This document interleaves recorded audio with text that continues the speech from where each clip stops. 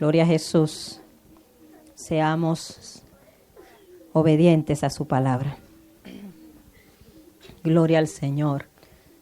Vamos a leer la palabra de Dios en esta mañana en el Evangelio de Juan, capítulo 4, versículo 46 al 54. Una palabra que a mí en lo personal me ministró mucho, muy hermosa. Un milagro poco mencionado, pero muy tremendo. Gloria a Jesús, con muchos resultados. Juan, capítulo 4, versículo 46 al 54. Dice así la palabra de Dios, en el nombre del Padre, del Hijo y del Espíritu Santo. Versículo 46. Vino pues Jesús otra vez a Caná de Galilea, donde había convertido el agua en vino. Y había en Capernaum un oficial del rey cuyo hijo estaba enfermo. Cuando oyó que Jesús había llegado de Judea a Galilea, vino a él y le rogó que descendiese y sanase a su hijo, que estaba a punto de morir. Entonces Jesús le dijo: si no viereis señales y prodigios, no creeréis. El oficial del rey le dijo: Señor, desciende antes que mi hijo muera. Jesús le dijo: ve, tu hijo vive. Y el hombre creyó la palabra que Jesús le dio y se fue. Cuando ya él descendía, sus siervos salieron a recibirle y le dieron nuevas diciendo: tu hijo vive.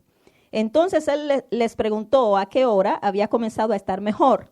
Y le dijeron: ayer a las 7 le dejó la fiebre.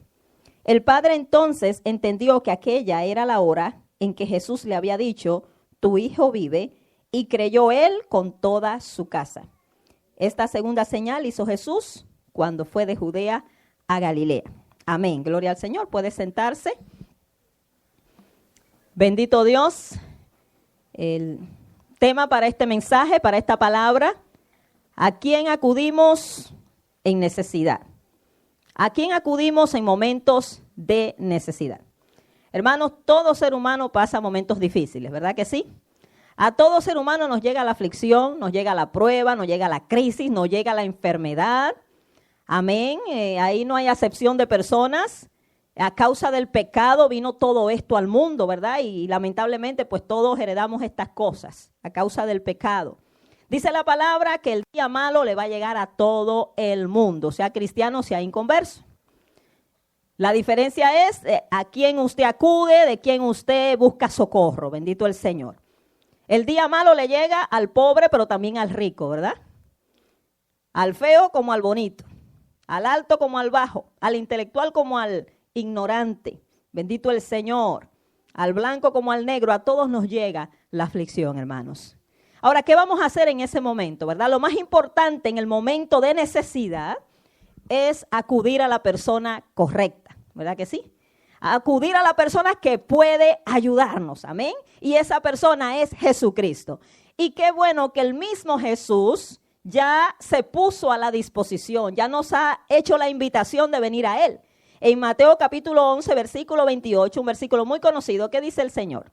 Venid a mí todos los que estáis trabajados y cargados, y yo los voy a hacer descansar, ¿verdad? Ya el Señor dijo: ven a mí. Oiga, es muy difícil que una gente te diga: mira, cuando tenga problemas, cuando tenga escasez, cuando no tenga dinero, ven a mí y yo te voy a ayudar. Más fácil que una gente le diga: mira, cuando quieras invitar a comer a alguien, invítame a mí. Cuando tengas un party, no te olvides de invitarme. Cuando tengas una fiesta, pero difícil que una gente: mira, cuando tenga problemas, cuando necesite dinero, ven a mí. Muy difícil que una gente diga eso, ¿verdad? Pero mire qué bueno que el Señor está llamando a los que están en necesidad. No está llamando a los que están bien, a los que quieren celebrar. Él está llamando a los que están trabajados, cargados, llenos de necesidades, de problemas, que Él los va a hacer descansar. Y qué bueno que para el Señor no hay límites, no hay nada imposible, no hay problema, no hay aflicción, no hay enfermedad que el Señor le va a decir a usted: yo no puedo hacer eso. Qué bueno que para Él no hay nada imposible. Él todo lo puede hacer. Amén. Él no tiene límites y podemos traerle cualquier necesidad al Señor, que Él sabrá qué hacer. Amén. Y Él siempre hará de alguna u otra manera. La Biblia nos vuelve a repetir esto cuando dice: echando toda vuestra ansiedad sobre Él, porque Él tiene cuidado de vosotros. Hermanos, muchos de nosotros decimos creer en Jesús, ¿verdad? Creer en Cristo. El creer es más que una idea, que un pensamiento. El creer es una acción, amén. debe llevarnos a un obedecer, a una acción. Y vamos a ver que las personas que creyeron en Jesús tomaron decisiones, se movieron, ¿verdad? Hicieron cosas. No simplemente se quedaron diciendo yo creo en Jesús. Dice la palabra que en esta ocasión Jesús estaba nuevamente en Caná de Galilea. Los que hemos leído el capítulo 2 de Juan sabemos que allí en Caná de Galilea hubo unas bodas donde Jesús fue invitado, se acabó el vino, ¿verdad? Y Jesús pues convirtió el agua en vino. Amén. Allí hizo su primer milagro, dice la palabra. Él había ido a Judea y regresó de allá. Judea era donde estaba Jerusalén, Galilea estaba al norte. Pero antes de ir a Galilea tenía que pasar por Samaria. ¿Se acuerdan, verdad? La historia de la mujer samaritana que está ahí en el mismo capítulo. Jesús pasa por Samaria, una región menospreciada por los judíos, habitada mayormente por gentiles o considerados gentiles porque eran una mezcla de judíos con gentiles. Y Jesús pasa por allí y le predica a una mujer, ¿se acuerdan, verdad? Que le dijo más o menos su vida y ella pues creyó que era el Mesías y fue y llamó gente de la ciudad y le dijo, vengan que he conocido a un hombre que me ha dicho mi vida, este debe ser el Mesías. Y la gente vino a oír a Jesús y fíjese, no especifica que Jesús hizo ningún milagro en Samaria, simplemente la gente creyó por la palabra que él hablaba. Amén. El Señor quiere que nosotros aprendamos a creerle a Él por su palabra, no tanto por ver milagros y ver un milagro tras otro. O si el Señor me sana, o si el Señor me ayuda, yo le voy a servir. No, fíjese, en Juan 4, versículo 39, dice, y muchos de los samaritanos de aquella ciudad creyeron en Él, en Jesús, por la palabra de la mujer, que daba testimonio diciendo, me ha dicho todo lo que he hecho. Oiga, por la palabra de una mujer, ella estuvo predicándole. Y luego dice en el versículo 41, y creyeron muchos más por la palabra de él. Y decían a la mujer, ya no creemos solamente por tu dicho, porque nosotros mismos hemos oído y sabemos que verdaderamente este es el Salvador del mundo, el Cristo. ¿Qué es lo que quiere decir esto? Que el Señor quiere que usted le crea porque ya su palabra ha confirmado quién es Él. Sabemos que todas las señales se cumplieron en Jesús, ¿verdad? Las profecías bíblicas. Y el Señor quería que la gente le creyera por su palabra, que no solamente fuera buscando un favor, y si el Señor le hacía el favor, entonces iban a creer en Jesús. Eso era lo que aparentemente pasaba con este hombre, ¿verdad? Porque el Señor mismo los regañó. Pues dice que Jesús está en Caná, que está al sureste de Galilea, y viene de Capernaum un oficial del rey Herodes. O sea, este era un hombre de alta posición, no era cualquier persona. Era miembro de la aristocracia. Un oficial del rey viene desde Capernaum, que estaba al noroeste, alrededor de unas 15 millas de distancia o 25 kilómetros. Pero usted sabe que en aquel tiempo, con los medios de transporte que había, pues los viajes se hacían largos y difíciles, ¿verdad? Pero este hombre había oído que Jesús sanaba gente, ¿verdad? Y eso era lo que más se oía por ahí, gente sanada por Jesús. Gloria al Señor, la fe viene por el oír. Oímos, ¿verdad? De la palabra del Señor, oímos de Jesús. Y este hombre viajó esa distancia desde Capernaum hasta Caná para ver a Jesús. Él tenía una petición muy, muy importante que hacerle a Jesús. Este hombre tiene una necesidad muy grande, ¿verdad? ¿Qué le pasaba? Él mismo especifica que su hijo estaba grave, a punto de morir, estaba muy enfermo, tenía una fiebre, dice abajo, ¿verdad? Pero no una fiebrecita cualquiera, al parecer que era una fiebre, ¿verdad?, de muerte. Hay fiebres peligrosas, hermanos. Hay fiebre, ¿verdad? Las fiebres vienen por infecciones internas que podemos tener y hay fiebres que provocan la muerte.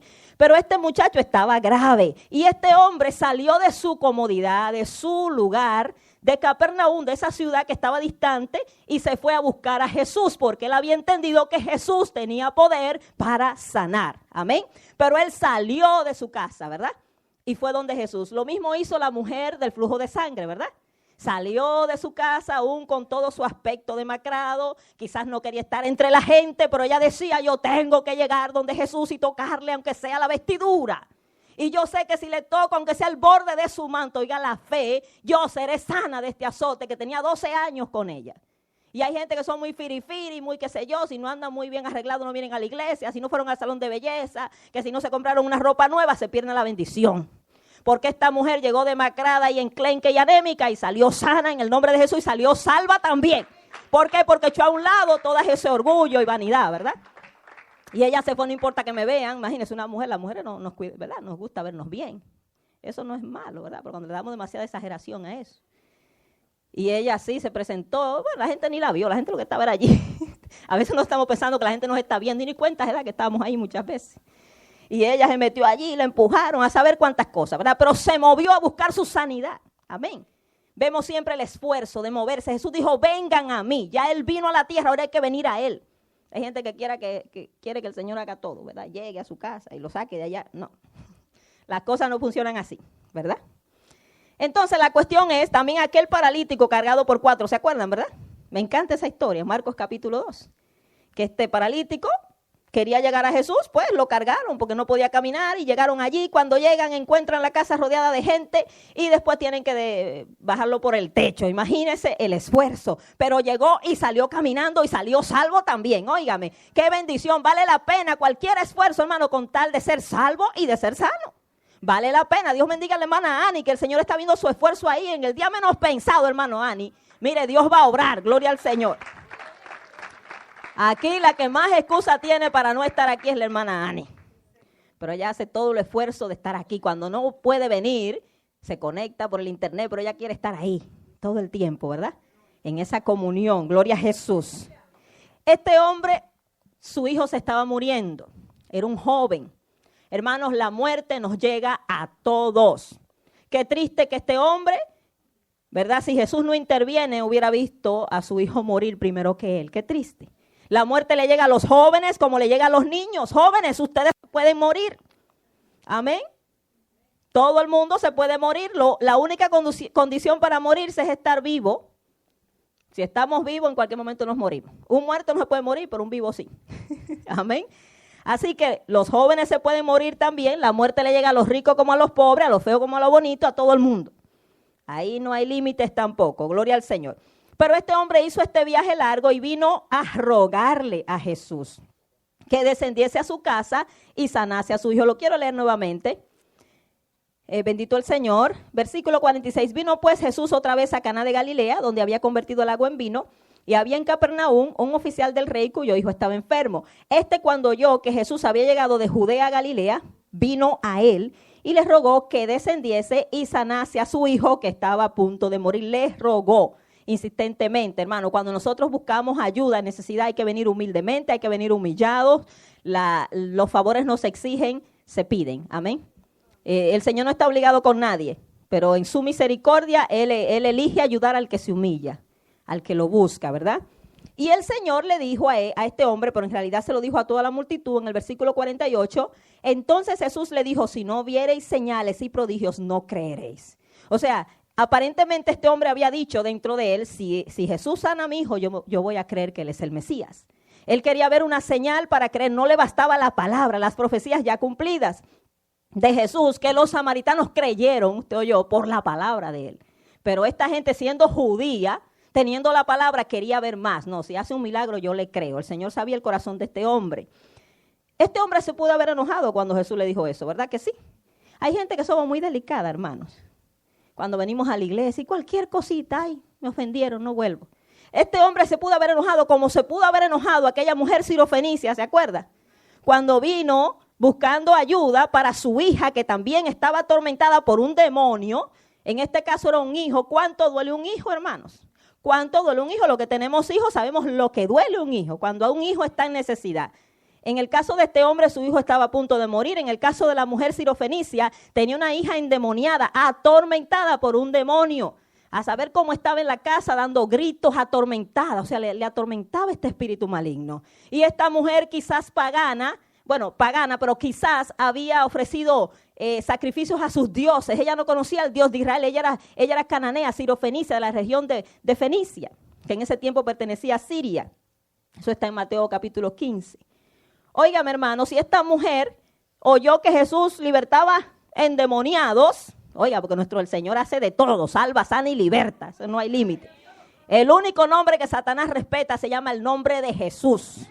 Ese es el único nombre. Él dijo, en mi nombre echarán fuera demonios, dijo el Señor. En mi nombre Satanás se tiene que sujetar, gloria al Señor. Se tiene que sujetar porque el nombre de Jesús es nombre sobre todo nombre y aquel que le venció en la cruz del Calvario. Por eso aquellos demonios, ¿verdad? Cuando aquel hombre fue a reprender en el nombre de Jesús, el que predicaba Pablo, sabíamos que ese hombre no tenía la autoridad, ¿verdad? Porque hay que tener autoridad para usar ese nombre. Solamente los lavados con la sangre de Cristo tienen la autoridad para usar el nombre de Jesús. Esto no es solamente para pastor y evangelista, esto es para todo creyente.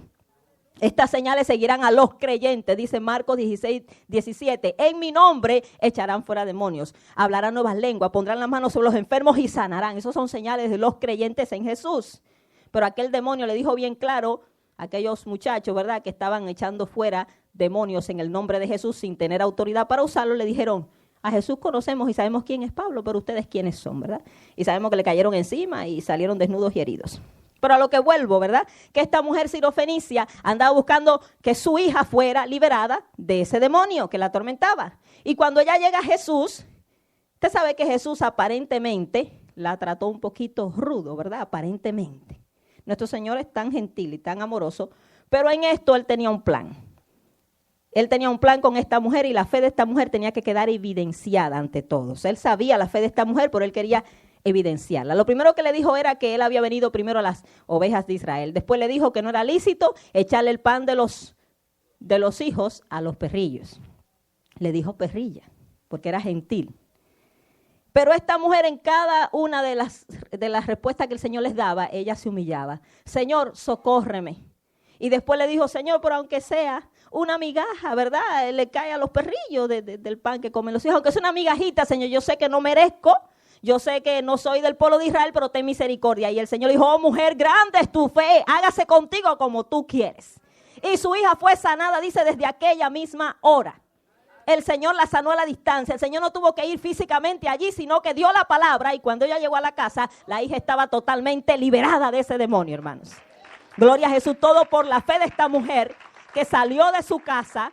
Amén, que había quizás clamado a sus dioses muertos y ninguno pudo hacer nada, pero fue a Jesucristo, amén, fue al Mesías, al Dios de Israel, fue y allí encontró liberación para su hija. Ahora este hombre viene y le dice a Jesús, Señor, desciende antes de que mi hijo muera. Este hombre quería que Jesús fuera para su casa, que fuera allí, pero Jesús lo primero que le dice es, si no vieres milagros no vas a creer, primero, lo regaña. Al él decirle desciende, Jesucristo no hace lo que él pide. Jesucristo lo hace de otra manera. Hay veces que las cosas no son como pensamos nosotros. Y hay gente que hasta órdenes le da al Señor. Si no lo haces así. No, hermano, nosotros venimos humillados, Señor, como tú digas, como tú quieras. Sea tu voluntad. Él le dijo al Señor que descienda, ¿verdad? Pero lo que el Señor le dice, en el versículo 49 al 50, el oficial del rey le dijo, Señor, desciende antes que mi hijo muera. Se está muriendo, puede morirse en cualquier momento.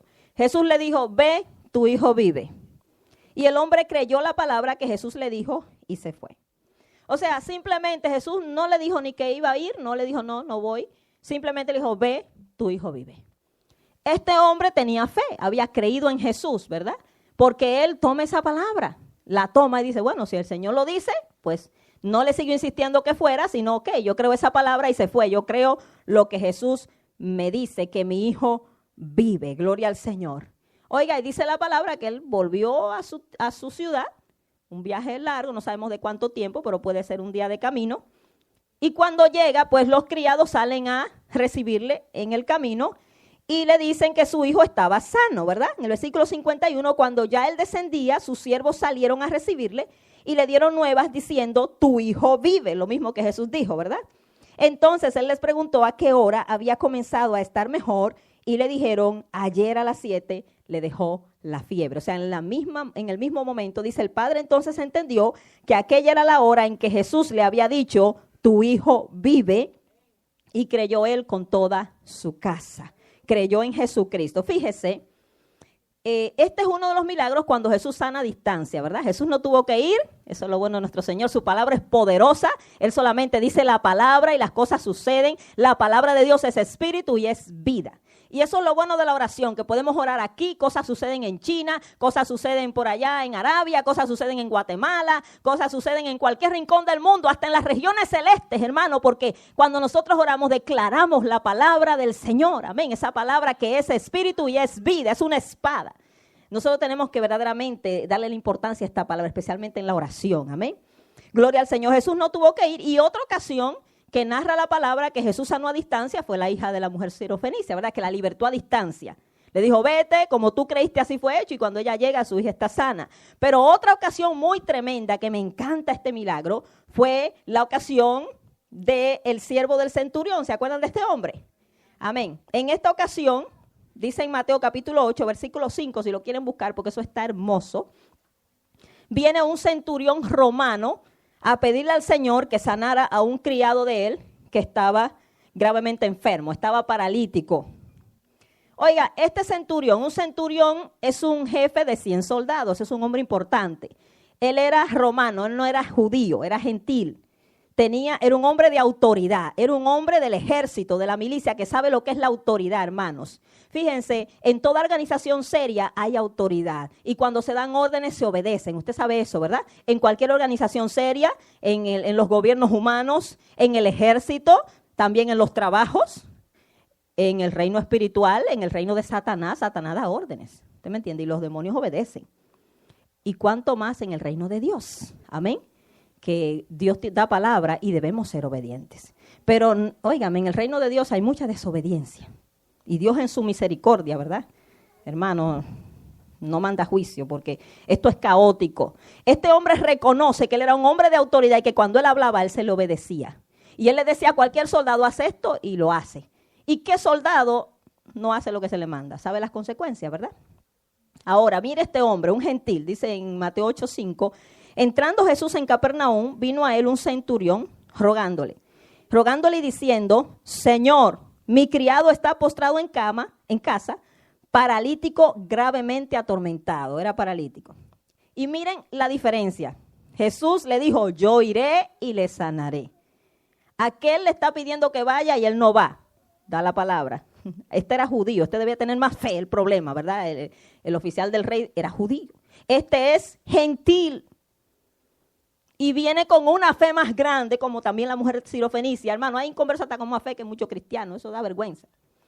Óigame, el Señor dice, yo voy a ir y le voy a sanar. Primeramente, los judíos no debían entrar en casa de gentiles porque se contaminaban, ¿verdad? Pero Jesús, pues, ya había traído la gracia y él quería romper con esos esquemas y tradiciones. Pero, ¿qué le dice el centurión? Oiga las respuestas que da este hombre inconverso, gentil. Respondió el centurión y dijo, Señor, no soy digno de que entres bajo mi techo. Solamente di la palabra y mi criado sanará. Porque también yo soy hombre bajo autoridad. Y tengo bajo mis órdenes soldados y digo a este, ve y va, y al otro, ven y viene. Y a mi siervo, haz esto y lo hace. Al oír Jesús se maravilló y dijo a los que le seguían, de cierto os digo que ni aún en Israel he hallado tanta fe. Versículo 13. Entonces Jesús dijo al centurión, ve y como creíste, te sea hecho. Y su criado fue sanado en aquella misma hora. Oiga, qué tremenda la fe de este hombre gentil. Había reconocido la autoridad de Jesucristo, amén. Había reconocido lo que es estar bajo autoridad, lo que es tener autoridad. Hay muchos cristianos que todavía no reconocen eso, hermanos. Hay muchos cristianos que se ciñen a sí mismos, que hacen lo que ellos quieren. Hay gente que dice, yo no me someto a hombre, yo me someto a Dios, no se someten a nadie. Porque, hermano, el que no se somete a los siervos de Dios no se somete a nadie. Porque los siervos de Dios lo que damos es lo que Dios dice. Uno da, Señor, esto es lo que tú quieres que se haga, pues bueno, uno se lo comunica al pueblo, pero hay gente que eso no es para ellos. Y se llaman cristianos y soldados de Cristo. Yo no sé qué soldados, porque ningún ejército, los que no hacen lo que se le manda van para afuera, usted lo sabe, ¿verdad? ¿Quién se pone a bromear al soldado que se le manda a la guerra y se queda durmiendo? ¿Qué usted cree que le hace? Mire, hermano, abusamos de la misericordia del Señor. Y muchas veces creemos que es la pastora la que ha dicho. Por eso yo siempre me aseguro, cuando yo le digo algo a usted, traerlo con la palabra. No es lo que la pastora quiere que aquí se hace, no es lo que a mí se me antoja. Es lo que dice la Biblia. Y cuando el pueblo se llama a la guerra, debe venir. Cuando el pueblo se llama a orar, debe estar aquí toda la iglesia, hermano. ¿Por qué no lo tomamos que es para nosotros? ¿Es usted un soldado de Cristo o qué es lo que es? O quizás es un visitante o es un extraño en el pueblo de Dios. No, si somos del Señor, pues vamos a obedecer la palabra del Señor. Amén. Usted sabe que en el Antiguo Testamento, cuando se llamaba al pueblo al ayuno anual que había un ayuno anual, el día de la expiación. ¿Sabe lo que el Señor dijo? No quiero que se asusten, muchos dirán, ay, eso era en el Antiguo Testamento. Pero el Señor decía, convócalos al ayuno y el que no venga se ha cortado del pueblo. El que no afligiera el alma, su alma en ese día, así se le llama el ayuno, afligir el alma, se ha cortado. Usted sabe lo que significa ser cortado, ¿verdad? Pero hoy en día se llama el ayuno y eso es como para algunos nada más. Para los hermanitos ahí como que no tienen nada que hacer. Ay, hermano, Dios tenga misericordia. Dios nos ayude, pero por eso es que no vemos a Dios obrando en nuestra vida. Hermanos, hay que tomar esta palabra en serio. Amén. Hay que tomar esa palabra. El mensaje que trajo el Señor en Hebreos 2 dice, por tanto, es necesario que con más diligencia atendamos las cosas que hemos oído, no sea que nos deslicemos. Porque si la palabra dicha por medio de ángeles fue firme y toda retribución, toda desobediencia recibió justa retribución, ¿cómo escaparemos nosotros si descuidamos una salvación tan grande? ¿Cómo se descuida la salvación? Cuando se toma en poco la palabra del Señor. Simplemente. Amén. Entonces el Señor sanó a distancia. No se le vaya el gozo. Lo veo como muy serio, como que, ay, ya la pastora como que iba muy bien. Hermanos, es porque les amo que les digo esto, ¿verdad? Les amo. Y no quiero que el Señor en aquel día lo ponga al lado como un cabrito, sino que sea una oveja, ¿verdad? Y la palabra de Dios dice que las ovejas son las que oyen la voz de Dios y la siguen. Eso es, si somos ovejas, dijo el Señor, mis ovejas oyen mi voz y me siguen. ¿Cuál es la voz de Dios? Mire, aquí está. Entonces los cabritos pues no oyen la voz del Señor, eso andan de su cuento. Amén, gloria a Dios. Seguimos, ya vamos terminando. ¿Cuál fue el resultado de este milagro que el Señor hizo en este hombre, verdad? En este oficial del rey, que especifica que él creyó con toda su casa. Amén. Ese es el propósito de los milagros, traer salvación. Amén. Que la gente crea en Jesús, que es el que obra los milagros. Ningún hombre puede hacer milagros, solamente Jesús puede usar hombres, pero siempre la gloria es para el Señor, ¿verdad? ¿Por qué el Señor hace milagros? Primero, para mostrar su amor y compasión. Amén. Él sabe la necesidad del hombre y Él quiere mostrar su amor. Él quiere bendecirle, pero el hombre tiene que buscarle. Lo hace para mostrar su poder y su autoridad, hermano. Porque un milagro es algo imposible, es algo que solo Dios puede hacer. Es algo sobrenatural y entonces cuando Dios lo hace, le cierra la boca a todo el mundo y tienen que decir, Dios aquí hizo algo, fue Dios. Los milagros no tienen explicación. Veíamos el video, ¿verdad? De este hombre que no se quemó. Eso fue solo Dios, que hasta los policías y la gente que vino a rescatar reconoció que algo sobrenatural estaba metido ahí, ¿verdad? Y tuvieron ese temor. Gloria al Señor. Y Dios hace milagros para exaltar el nombre de Jesucristo y traer salvación. Amén. Todo milagro tiene que ir centrado en que Jesús es el que lo hace, en que Él es el grande, en que Él es el único digno. Amén. Ningún ser humano tiene crédito en esto. Solo Jesucristo, y es para que la gente venga a Cristo y lo reciba como Señor y Salvador. Vemos cómo el Señor salvó la familia de este hombre. Este hombre creyó con toda su casa.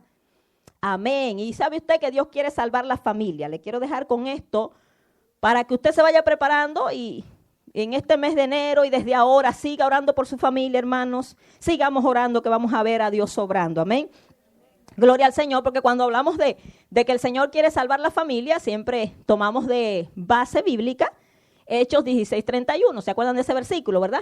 Cuando Pablo y Silas le dijeron al carcelero de Filipo, cree en el Señor Jesucristo y serás salvo tú y tu casa. Esa es la promesa, ¿verdad? Que no solamente aplicaba al carcelero, nos aplica a todos, a todo creyente. Porque este hombre le dijo, ¿qué debo hacer para ser salvo? Y ellos le dijeron, cree en el Señor Jesucristo, haz a Jesús tu Señor y entonces también la salvación va a llegar a tu casa. Ahora, la Biblia nos menciona muchas personas que el Señor salvó con su familia. Dios quiere salvar la familia, amén.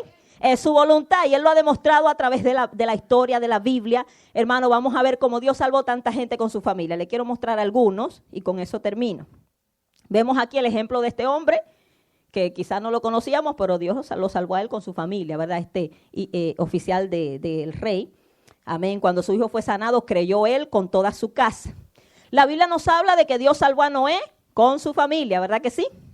En Hebreos 11:7 dice, por la fe Noé, cuando fue advertido por Dios acerca de cosas que aún no se veían, con temor preparó el arca en que su casa se salvase, y por esa fe condenó al mundo y fue hecho heredero de la justicia que viene por la fe. Óigame, por la fe Noé, amén, fue salvo él con su familia.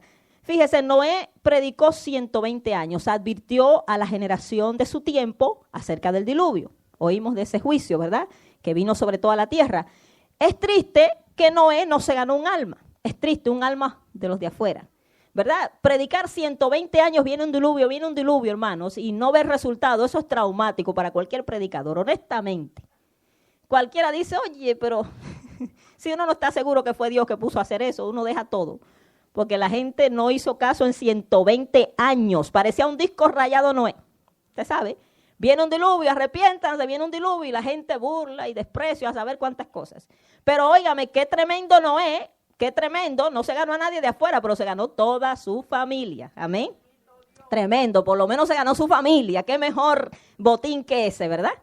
Y vemos que Noé, siendo un hombre ya adulto, con sus hijos adultos, porque ya estaban casados, no tenían hijos ninguno, pero todos tenían esposas, era un hombre de autoridad. Con todo y tener hijos grandes, los hijos le siguieron, lo obedecieron, lo ayudaron a construir el arca y Noé tuvo autoridad y se ganó su familia, hermanos. Es bien importante cuando el hombre toma su lugar en la casa. El hombre es el de mayor influencia espiritual en la casa, hermanos. Y es el que puede hacer que la familia entera se convierta. Fíjese, este oficial del rey creyó él y como siempre estaba eso de que el hombre era la cabeza, como que la mujer más fácil, rápido se convertía. Pero hoy en día los hombres están más duros que antes. Hoy en día la que más rápido cree es la mujer. Y es muy difícil que la mujer se gane al marido, porque como el hombre con ese machismo, yo no voy a hacer lo que tú digas, yo no voy a creer en ese Jesús, y usted sabe lo que pasa, ¿verdad? Pero hermano, en realidad el orden de Dios sería que el hombre se convierta y le dé el ejemplo a la mujer y a los hijos. Y entonces ellos le van a seguir, pero ahora es al revés. Ahora la mujer, la pobre ahí remolcando, y alguna tiene esposo inconverso y lo tiene que remolcar igual que inconverso, cristiano, perdón. Eso es lo peor, hermano, con esposo cristiano y la mujer vas para la iglesia, ay, deja ver. Y óigame, una lentitud, hermanos, pero cuando le hablan de partidos, rápido reaccionan. Hermanos, Dios es primero. Bueno, Noé se ganó a su esposa y a sus hijos adultos, amén. Gloria al Señor. Y es triste decir que hasta los animales llegaron al arca y se metieron y el hombre no hizo caso. Qué triste, que el burro hizo más caso que el hombre. Sí, porque el burro entró al arca. Y decíamos que es tonto, imagínense. Y el hombre inteligente, intelectual, no entró. Mira, hermano, cuando una persona teme a Dios, aunque sea un animal, es más sabio que cualquier hombre. En esa situación, el animal demostró tener más sabiduría.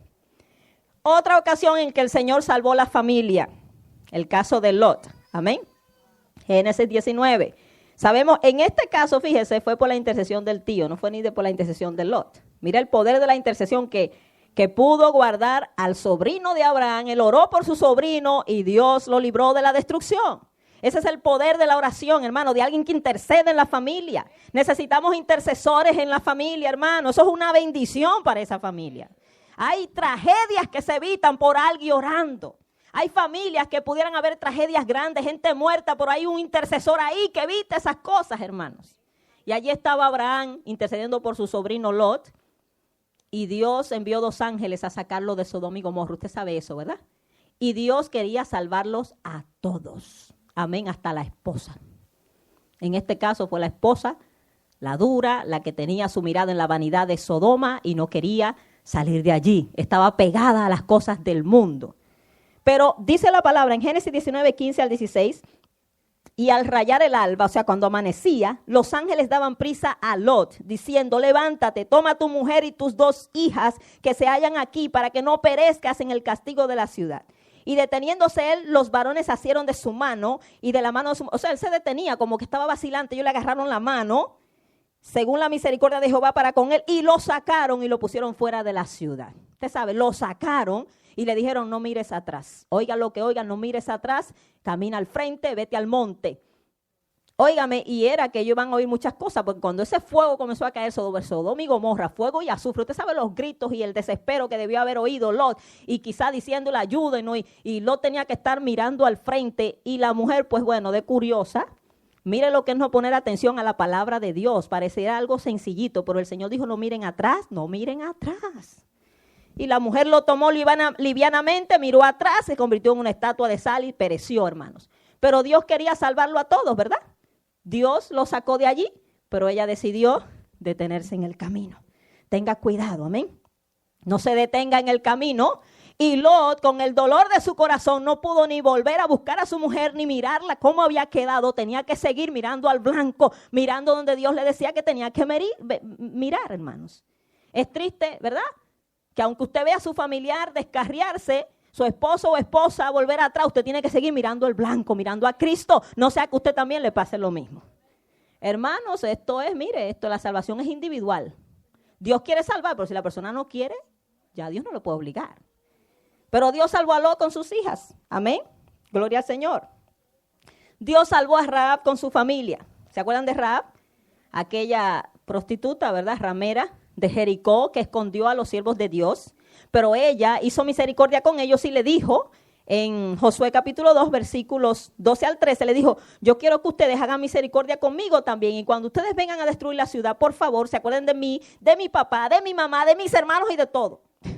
Esa pidió por todos, una mujer pagana. Porque ella dijo, yo sé que Dios es grande allá arriba en los cielos y aquí, Él va a destruir. Nosotros el temor de Dios había caído sobre ellos, dice la Biblia. Pero ella le pidió que salvaran su familia. Y ellos se lo prometieron y le dijeron que pusieron una señal, un cordón rojo en su ventana y que ella iba a ser salva. Y en Josué 6:25 dice, mas Josué salvó la vida a Rahab la ramera y a la casa de su padre y a todo lo que ella tenía, y habitó ella entre los israelitas hasta hoy, por cuanto escondió a los mensajeros que Josué había enviado a reconocer Jericó. Bien importante, hermanos, toda persona que es cristiana, quizás usted es el único de su familia, a usted debe importarle los que no son cristianos, ¿verdad? Nos dolemos y desde que usted conoce a Cristo, lo que usted comienza a decir, ay, mi familia. Ay, quiero que conozcan mi familia, conozcan al Señor, ¿verdad? Y usted se duele y usted va a comenzar a orar por ellos. Usted va a comenzar a interceder por ellos, ¿verdad? Gloria al Señor. El caso del endemoniado gadareno, el Señor le dijo, vete a tu casa, a tu familia y cuéntale las grandes cosas que yo he hecho contigo para que ellos creyeran. Y muy posiblemente, la Biblia no lo especifica, pero que esa gente se convirtieron cuando vieron a ese hombre transformado. Oiga, el que no se convertía ahí estaba bien duro. Porque el endemoniado gadareno, un hombre como con 6,000 demonios encima, que parecía un loco en los cementerios andando desnudo, dando gritos, voces, que era una amenaza para la comunidad, de repente aparece bien vestido en su juicio cabal y diciendo, un hombre llamado Jesús me libertó de todos esos demonios. Llegó a su casa, yo supongo, la Biblia no lo especifica, pero que toda esa familia se convirtió. Gloria a Jesús. Bendito el Señor. Otra persona que el Señor salvó con su familia, Zaqueo. ¿Se acuerdan de Zaqueo? Aquel pequeño de estatura, aunque no lo especifica mucho, pero el Señor le dijo en Lucas 19:9, hoy ha venido la salvación a esta casa, por cuanto él también es hijo de Abraham, y dijo, porque el Hijo del Hombre ha venido a buscar y a salvar lo que se había perdido. Zaqueo creyó, la familia también. ¡Qué bendición! Cuando usted es cristiano, la familia está ahí en la bendición del Señor. Otra persona que el Señor salvó con su familia, pero también, óigame, no solamente la familia, también logró que sus amigos más íntimos también alcanzaran salvación. ¿Sabe quién? Cornelio, aquel gentil también, que tenía temor de Dios y el Señor le reveló a Pedro que fuera a su casa y le reveló también a Cornelio que Pedro iba a venir. ¿Se acuerdan? No quiero dar muchos detalles, pero cuando Pedro llega a hablarle la palabra con otros hermanos, dice que Cornelio estaba allí preparado y había invitado a sus parientes y a sus amigos más íntimos. O sea, Cornelio fue sabio. Me van a venir a hablar la palabra, invito hasta a los amigos, llevaron la bendición. Dice que cuando Pedro comenzó a hablarle de cómo Dios ungió a Jesús de Nazaret y cómo anduvo haciendo bienes y sanando a todos los oprimidos del diablo porque Dios estaba con él y nosotros somos testigos de lo que Dios hizo a través de Jesús y él es a quien Dios ha puesto como juez de vivos y muertos, y Pedro comenzó a darle ese mensajito por ahí. Ellos ni siquiera habían hecho profesión de fe pública, sino que en sus corazones ya habían sido tocados y oyendo el mensaje de Pedro comenzaron a hablar en lenguas. Comenzaron a ser bautizados por el Espíritu Santo, estos gentiles allí. ¡Qué bendición! No se habían convertido públicamente, pero ya en sus corazones. Y Pedro dijo, ¿puedo acaso impedir que se bauticen en agua estos que han sido llenos del Espíritu Santo como nosotros? Hermano, y le hablaron la palabra a todos los que estaban allí y los bautizaron.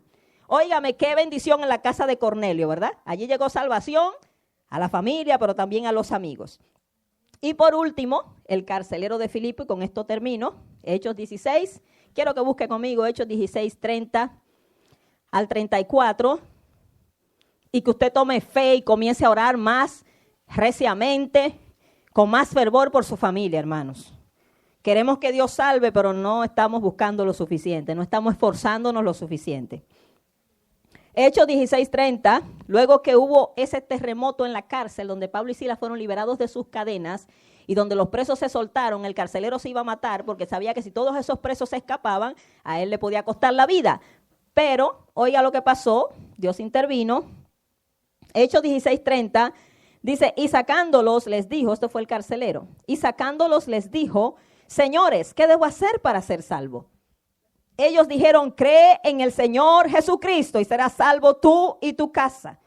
Amigo que me escucha, mire qué respuesta tan sencilla. ¿Qué debo hacer para ser salvo? No le dijo, rézate 5 Ave María, 3 Padre Nuestro, paga tanto de misa, cree en Buda, cree en Mahoma. ¿En quién? Simplemente, qué sencillo. No le dijo, cree en María ni en los santos. Cree en el Señor Jesucristo y serás salvo tú y tu casa. Mire qué sencilla la salvación. Porque Cristo fue el único que pagó el precio en la cruz del Calvario. El único autor de nuestra salvación es Jesucristo, ¿verdad? Y en ningún otro hay salvación, dice la palabra. Y sigue diciendo en el versículo 32, y le hablaron la palabra del Señor a él y a todos los que estaban en su casa. Y él, tomándolos en aquella misma hora de la noche, les lavó las heridas y enseguida se bautizó él con todos los suyos. Y llevándolos a su casa, les puso la mesa y se regocijó con toda su casa de haber creído a Dios. Fíjese, en la antigüedad la gente se bautizaba inmediatamente. ¿Por qué? Porque la gente mayormente creía en Jesús bajo persecución. Y como estaban bajo persecución, para convertirse realmente había que convertirse de verdad. Porque en los países donde hay persecución, la gente no anda creyendo en Jesús así. Ay, no es una moda. Es una decisión seria porque usted puede perder la vida, la familia, el trabajo, lo que sea. Usted puede perderlo todo por creer en Jesús. Pablo estaba en la cárcel por haber predicado. Y cuando ese carcelero dice creo en Jesús, él sabe que se va a acarrear persecución. Entonces, por eso era que inmediatamente bautizaban a la gente, porque también no había garantías de que iban a vivir mucho tiempo si no se bautizaban rápido. Entonces, bien importante eso, ¿verdad? Hoy la gente dice creer en Jesús y le pasan años y años y años y a veces no se ve evidencia de eso. Pero inmediatamente fue bautizado y se regocijó con toda su casa de haber creído al Señor. Hermano, la salvación trae gozo, amén. Gozo individual y gozo a la familia, amén. La salvación es algo, hermanos, que llena nuestro corazón de gozo.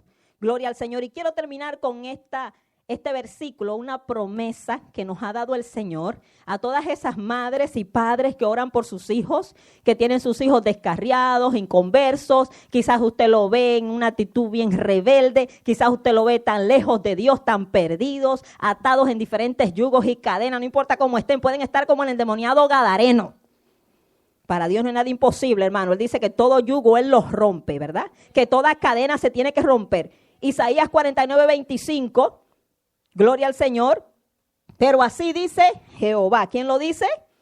No la hermana Carolina. Jehová, ciertamente el cautivo será rescatado del valiente y el botín será arrebatado al tirano. Aquí representa a Satanás, el tirano que tiene la gente atada. Y tu pleito yo lo defenderé y yo salvaré a tus hijos.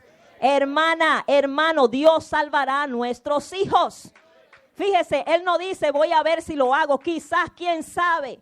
Sierva, sigue orando que vamos a ver qué pasa, vamos a ver quién sabe si yo haga algo. No, Él habla con seguridad, si es que habla nuestro Señor Jesucristo, yo salvaré a tus hijos. Óigame, Él dice yo, cuando Él pone ese yo por delante, óigame hermano, el diablo tiembla porque sabe que eso es una promesa para el pueblo de Dios. Hermano, aprópiese de las promesas de Dios, aprópiese de esas promesas que son para nosotros los hijos de Dios. Cuando Dios, hermano, concedió una petición a una pagana que no era hija, pero por su humillación y quebrantamiento se humilló al Señor, ¿cuánto más no va a hacer con sus hijos?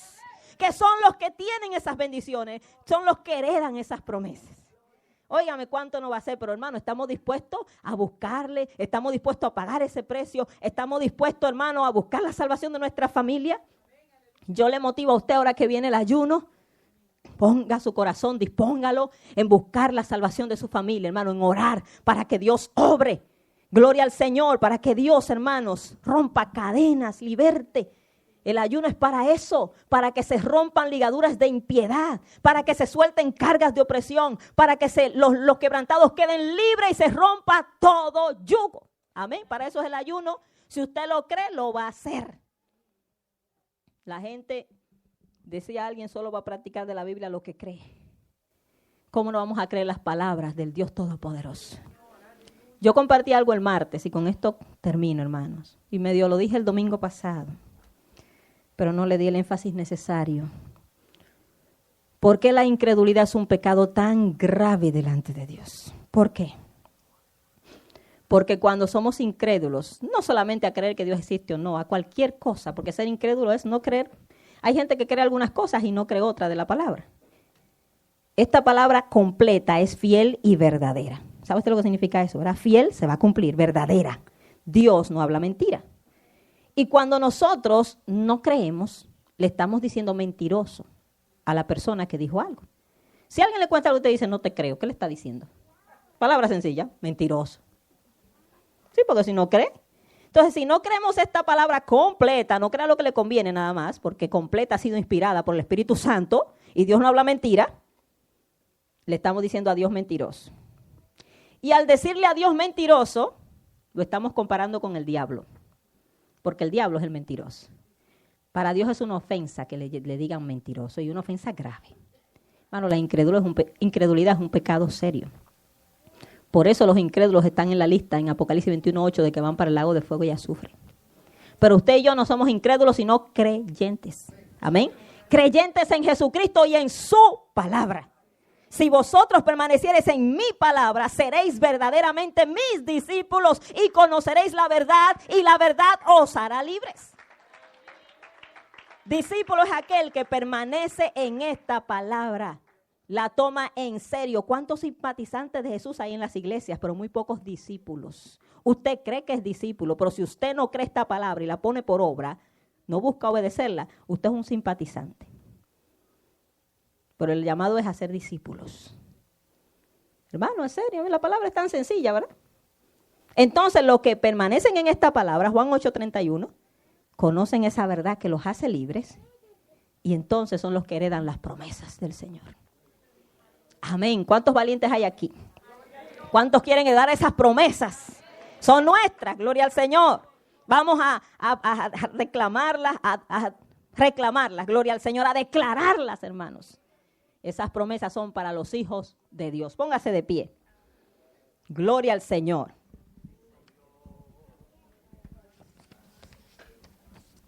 Seamos creyentes y no incrédulos. Porque sabemos que Él espera a los incrédulos. Dios nos ayude. Gloria al Señor, a obedecerle. Aleluya. Dios es bueno, hermanos. Dios es bueno.